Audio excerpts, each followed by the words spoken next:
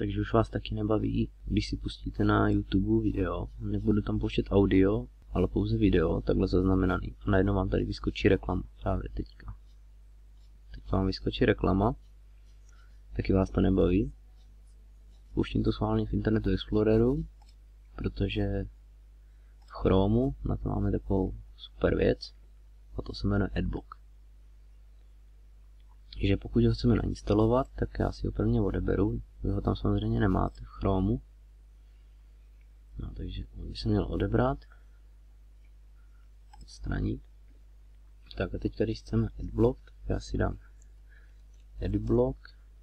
Jo, a vidíte tady druhou možnost. Vidíte Chrome. Takže Adblock Chrome. Otevře se nám přímo stránka Adblocku, buď to, nebo přímo jakože internetový obchod Chromu. Otevřeme ten, na tom je to 100% hůř, já si myslím, že ani na většině dalších. Jo, a tady můžete vidět rovnou přidat zdarma, tady, jestli je to vidět dobře snad. No takže natáčím to přes kameru, tak jak jsem to budu říkat asi ve všech tady těch jednotlivých doplňcích. Natáčím to přes telefon, protože vlastně tady toto posílá nějaký kódovaný záznam do, jak se to jmenuje? No, do grafické karty, která to teprve zobrazuje a Fraps to není schopný zaznamenávat.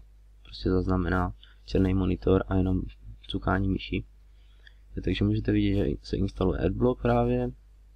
No a to je parádní věc, že to vlastně odstraní všechny reklamy, všechny ty inteligentní reklamy, které se řídí podle cache, co vlastně získají informace o vás. Jo, a můžete si přečíst, že nyní máte Adblock. Takže to, že budete si takhle u videí vidět toto, vám nestane. Si skopíruju přímo ten odkaz, jak můžete vidět, tady je reklama, já nevím na kolikátý, na 9. 10. vteřině. Si to pustím v Chromu, kde už mám Adblock. A uvidíte, že tam žádná reklama není. Není to jenom na YouTube, je to na všechny stránky vlastně. Jo, už jenom tady vidíte, že není ta žlutá čárka. A tady můžete vidět, že tady vpravo, že se už zablokovalo 6 reklam. Jenom tady na této webové stránce. To je přímo na této webové stránce. Jo, vidíte, 12. vteřina a nic. 14. 15. a tady jsme, tady máme Explorer. A tady máme 18. a tady je ta reklama v tom žlutým, která se pouští právě tady.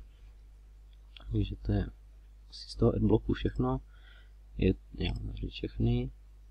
Je to na většinu těch, je to vlastně, když si dáme přímo get block teda, ne, get block. Jo, tak tady, tohle myslím, že přímo tady tato aplikace je pro Chrome a Mozilla. Jo, tady můžete vidět no YouTube video ads, easy, privacy. Je to prostě free. Pro tyto dva potom je pro Safari, pro všechny tyhle prohlížeče. Nevím, jestli pro Internet Explorer, ale myslím si, že taky. Tady se můžete podívat, je to nějaký asi, jo, Bobfa, nebo jak se to čte, to nevím. Asi vysvětluje, ale v angličtině. Dopadně takhle v češtině tu kraťou linky. Jo, to můžete jejich reklamu, která to samozřejmě nezablokuje. Chopitelný. No, to je všecko.